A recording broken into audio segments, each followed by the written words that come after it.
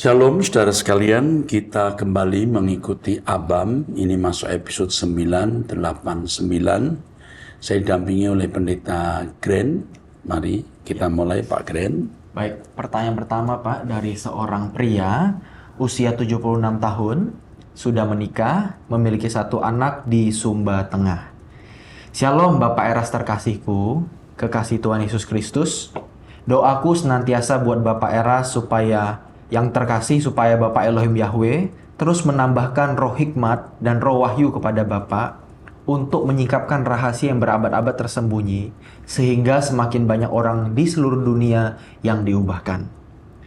Saya mengucapkan banyak terima kasih atas sudah dibacakannya tulisan saya yang sangat sederhana di ABAM 979. Dan juga sudah dijawabnya dua pertanyaan saya di Ibrani pasal 2 ayat 32 dan Lukas pasal 1 ayat 18. Dan sangat memuaskan hati saya. Bapak, mohon izin mau bertanya lagi.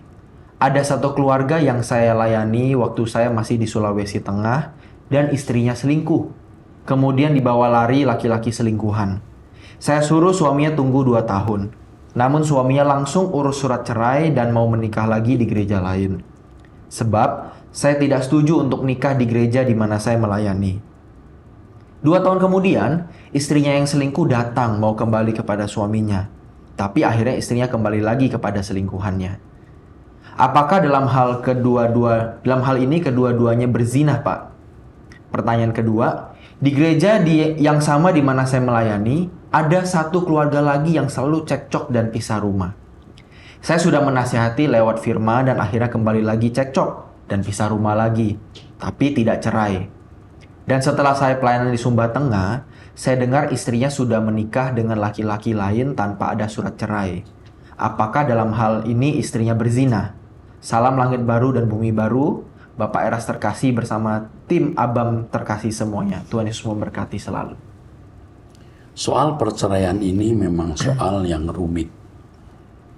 Saya memiliki buku yang berjudul Perceraian. Dan sudah memberikan seminar dalam beberapa seri. Sebenarnya cukup berbahaya menjawab hal perceraian dalam satu kesempatan hanya 10-15 menitnya. Tetapi baiklah, karena saya harus menjawab. Yang pertama, firman Tuhan mengatakan tidak boleh cerai kecuali karena zina. Zina di situ pornos.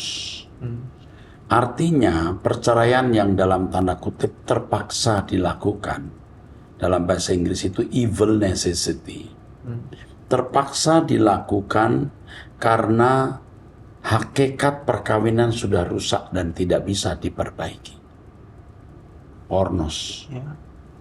Dan siapa yang menikah dengan wanita itu berzina. Tapi kata zina yang kedua bukan pornos, tapi moikos. Nah ini yang menjadi teka-teki masalah yang bisa dikatakan misteri sebenarnya.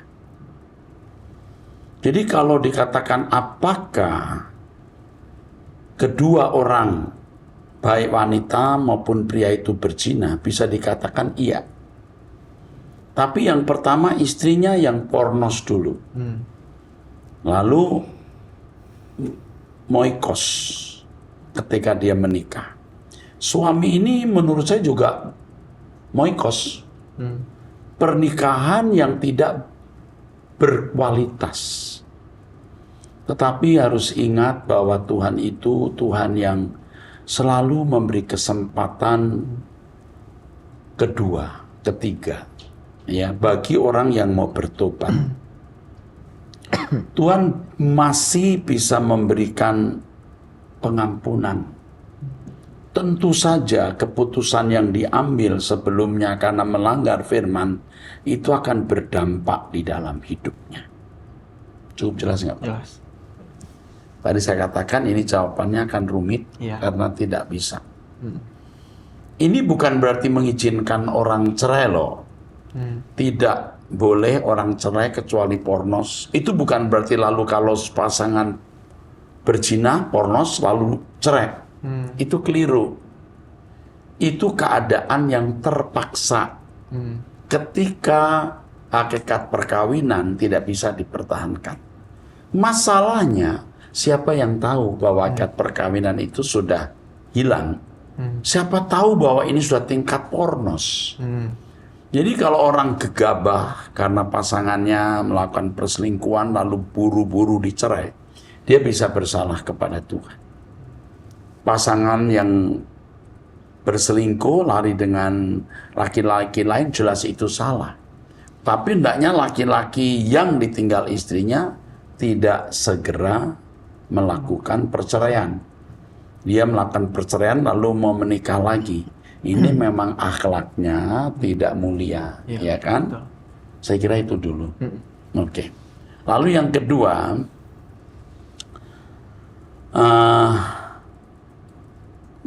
ada itu sepasang suami istri yang cerai rumah, tapi kemudian si istri Menikah lagi. Itu jelas berzina.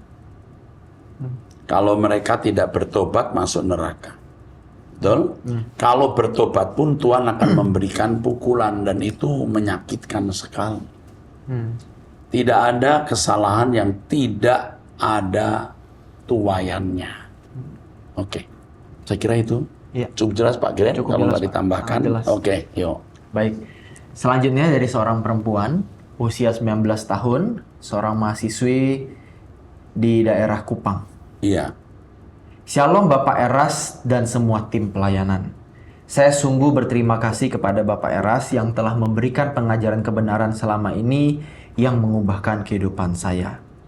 Saya ingin bertanya mengenai peringatan kematian Yesus. Saat perkuliahan, saya mendengar bahwa Yesus itu mati pada hari Rabu atau Erev Pesak. Sehingga tepat jika mengatakan Yesus itu mati selama 3 hari 3 malam seperti tanda Yunus dalam Matius 12 ayat 40. Dan juga sesuai dengan penghitungan hari orang Ibrani. Namun, selama ini kematian Yesus diperingati setiap hari Jumat mengapa selama ini kematian Yesus diperingati setiap hari Jumat oleh umat Kristen? Saya ingin bertanya, bagaimana pandangan Bapak mengenai pengajaran Kristen progresif yang viral belakangan ini? Bagaimana seharusnya orang Kristen menanggapi hal ini? Terima kasih Bapak Eras, kiranya Bapak di surga selalu memberikan kesehatan dan kekuatan kepada Bapak dan memakai Bapak lebih lagi untuk menyampaikan kebenarannya. Amin, terima kasih, Tuhan Yesus memberkati. Ada beberapa teori Yesus mati itu, ya, bahwa saat Yesus mati itu bukan pada hari Rabu, ada yang bilang hari Kamis. Tetapi juga pada umumnya percaya hari Jumat, Sabtu, Minggu. Jadi ketika Minggu Bangkit itu, walaupun perhitungan kita itu seperti 2 malam, tapi jatuhnya sudah hari ketiga. Ya kan? Jadi itu dianggap sudah 3 hari. Tetapi sebenarnya yang paling prinsip di sini bukan harinya. Fakta Yesus telah mati di kayu salib dan bangkit hari ketiga. Itu sudah pasti. Betul ya Pak? Betul, Pak. Itu yang dipahami pada umumnya begitu. Hari Jumat Yesus mati, Yesus bangkit pada hari ketiga, dan hari ketiga itu dalam hitungan Ibrani juga sudah 3 hari. 3 hari. Ya. Tetapi ada pembicara lain yang memiliki teori yang lain. Tapi tidak usah diperdebatkan karena hari tidak penting. Yang penting fakta Yesus telah mati pada kurun hari Paskah. Ya, betul. Oke? Ya itu. Lalu mengapa selama ini kematian Yesus diperingati setiap hari Jumat? Sudah saya jawab ya Pak ya? Ya, sudah Pak. Saya ingin bertanya bagaimana pandangan Bapak mengenai pengajaran Kristen progresif. Saya kebetulan tidak mengikuti secara penuh komentar-komentar orang, tetapi ditunjukkan kepada saya seseorang yang menyampaikan pemikirannya yang dipandang sebagai Kristen progresif. Dia hanya menyampaikan beberapa saat, jadi bukan seminar ya. Pasti dia belum menyampaikan secara lengkap apa dasarnya dia mengemukakan pikiran itu. Tetapi yang menanggapi itu sudah memberikan penafsiran. Jadi menjadi bola liar. Menurut yang saya pahami dari komentar-komentar itu, komentar-komentar orang itu gagal paham. Ada yang gagal paham. Maksud seseorang yang menyampaikan Kristen progresif tidak demikian, saya kira, atau belum tentu demikian, tapi dinilai demikian. Tahu maksudnya?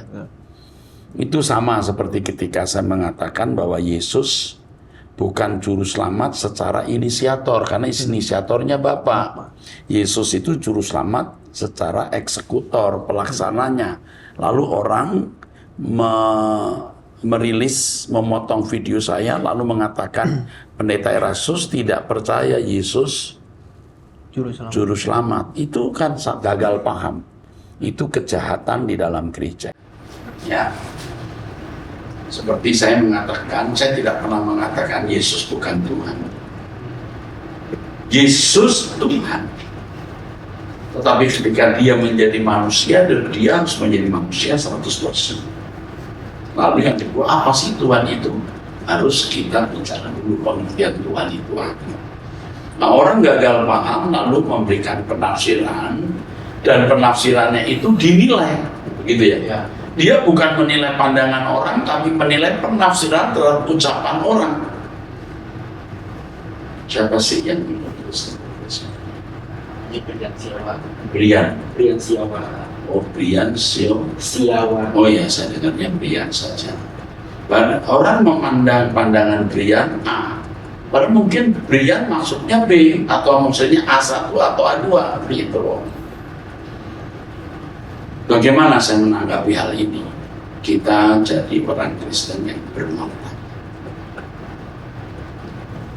Artinya semua yang kita ucapkan di media sosial itu harus di dalam pimpinan Roh Kudus. Kalau Roh Kudus mengendaki kita bicara, ya bicara. Kalau tidak, itu berarti kita mencari subscriber, mau aktualisasi diri, mau tampil. Maka di Sinode GSKI saya telah memberikan seruan tidak menanggapi hal-hal semacam ini. Kalau hanya karena kita mau bicara di media sosial, lalu kita bisa dianggap pintar, ngerti, saya kira itu tidak bermartabat, ya. Lalu kita menyerang orang.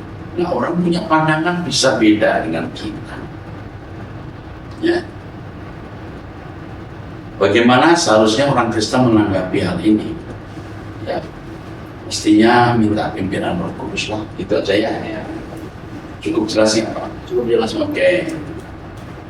Saya tidak menanggapi karena saya tidak punya waktu menanggapi, dan saya tidak mendapat perintah Tuhan menanggapi. Dan orang Kristen pun mestinya apapun yang dilakukan, baik makan atau minum, lakukan semua menurut hati. Kami sedang membuat gerakan gasak, gerakan satu kata. Satu kata pun yang tidak patut diucapkan jangan diucapkan. Satu kata pun yang tidak perlu ditulis di media sosial jangan ditulis. Itu kekudusan.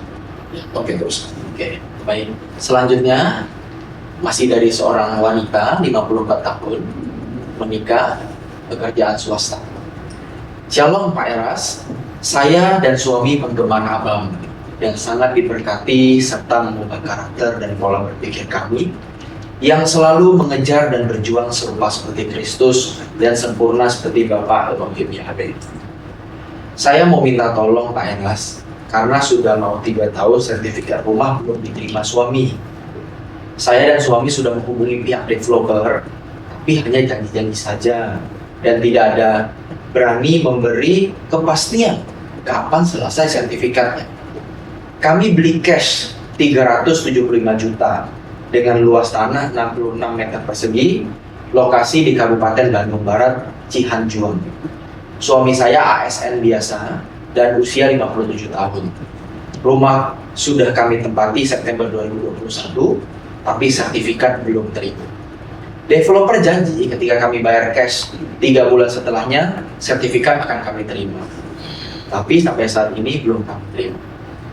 Hati kami sedih sekali dan tidak tenang.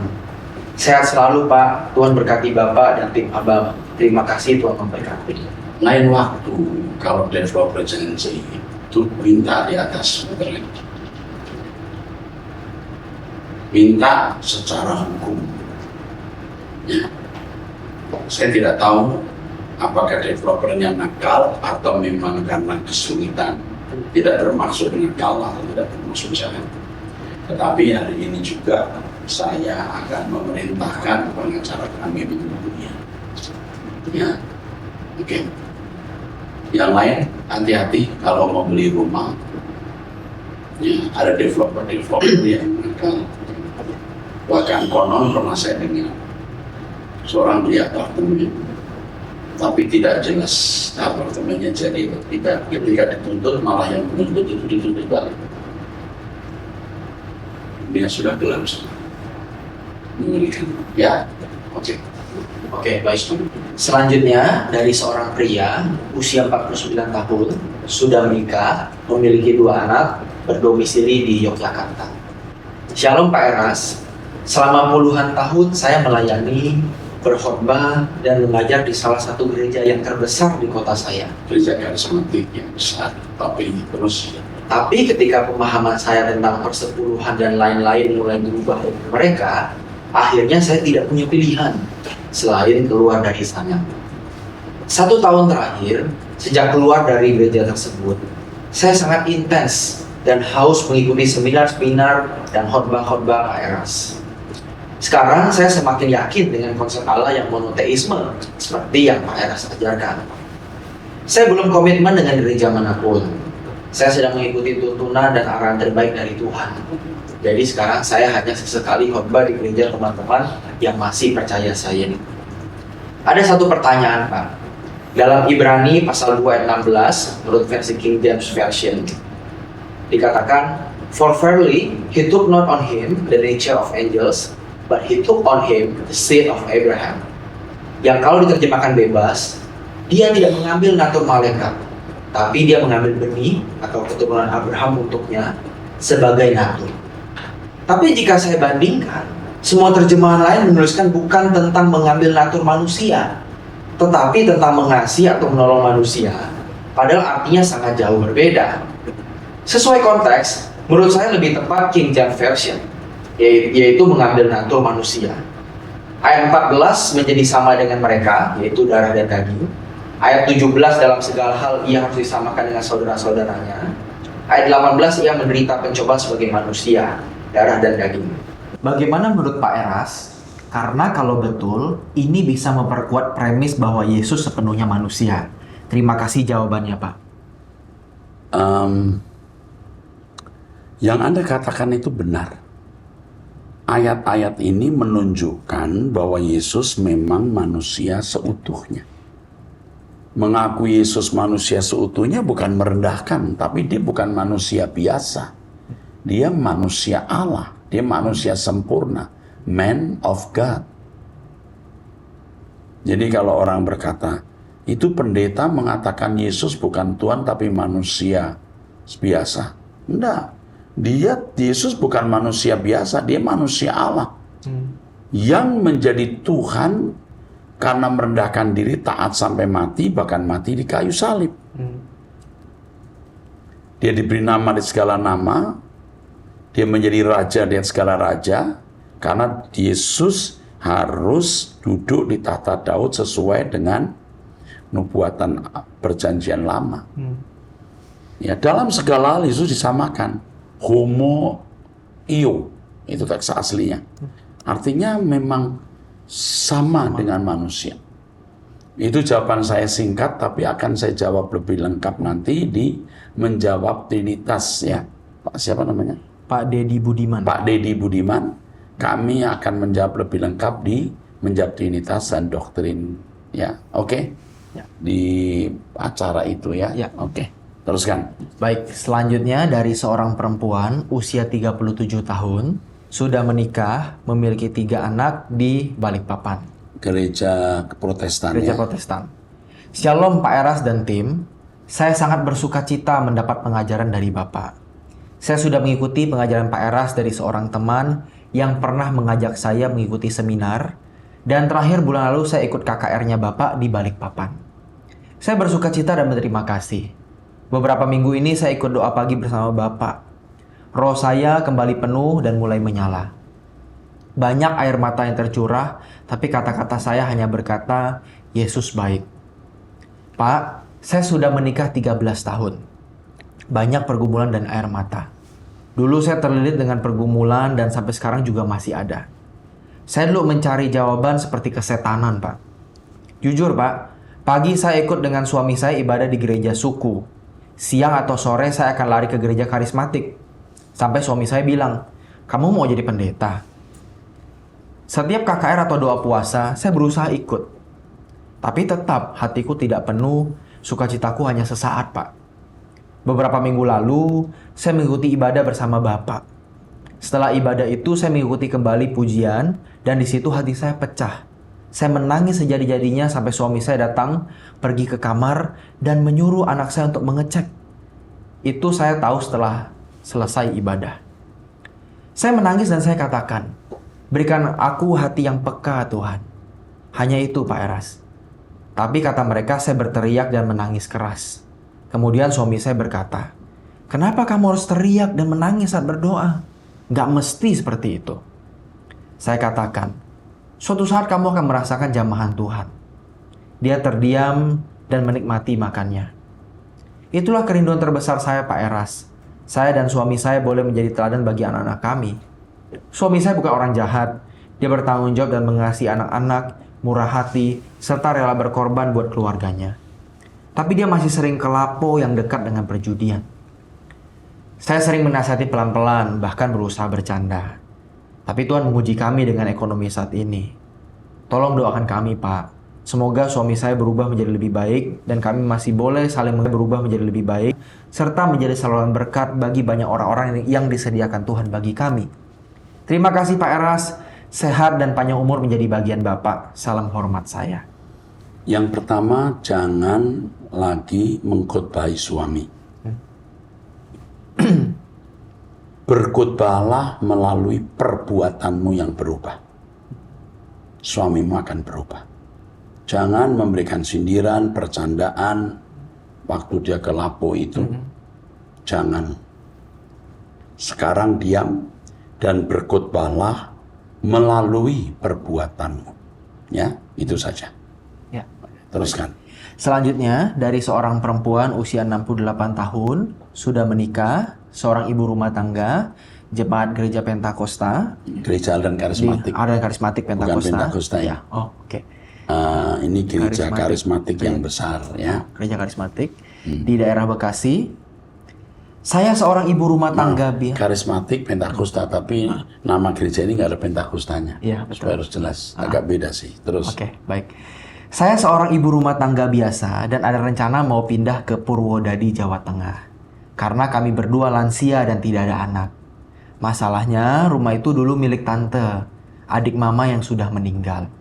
Di situ juga ada anak menantunya dan ada cucu angkat yang masih 10 tahun. Namun dalam setahun meninggal tante dan anaknya. Menantu laki-lakinya dan cucu sepupu saya yang sekarang mengurus toko. Beberapa waktu lalu melalui kakak saya, dia bicara kalau ada keponakan tante yang lain dan mau tinggal di sini boleh saja. Lalu kakak saya tawari saya. Masalahnya, dulu sebelum meninggal, anak perempuannya pernah ke dukun karena sakit kanker. Tapi malah meninggal semua. Dan di rumah itu masih ada meja sembayang. Apakah kutuk ya, Pak? Dan caranya bagaimana kalau saya mau masuk rumah itu? Tolong bantu Pak Eras yang terkasih beserta tim Abam, Tuhan memberkati. Soal apakah itu kutuk, ya jelas kalau semua tindakan yang terkait dengan perdukunan itu kutuk. Ya. Tapi masalah sekarang bagaimana kamu masuk ke dalam rumah itu ya. Masuk saja. Masuk saja, kamu minta tutup bungkus dengan kuasa Tuhan, kamu doakan rumah itu dalam nama Yesus. Setan pasti pergi. Setan tidak akan bisa melawan kamu kalau kamu berdoa dalam nama Yesus dan hidupmu bersih. Jangan takut, kamu takut setan berani. Kalau kau berani setan takut. Lalu mengenai meja abu, sebisanya meja abu dikeluarkan dari rumah dan minta keluarga yang mau melihara. Ya, Jangan seperti yang dilakukan beberapa orang, dibakar, itu menghina, ya. Iya. Itu menyakiti keluarga besar lain.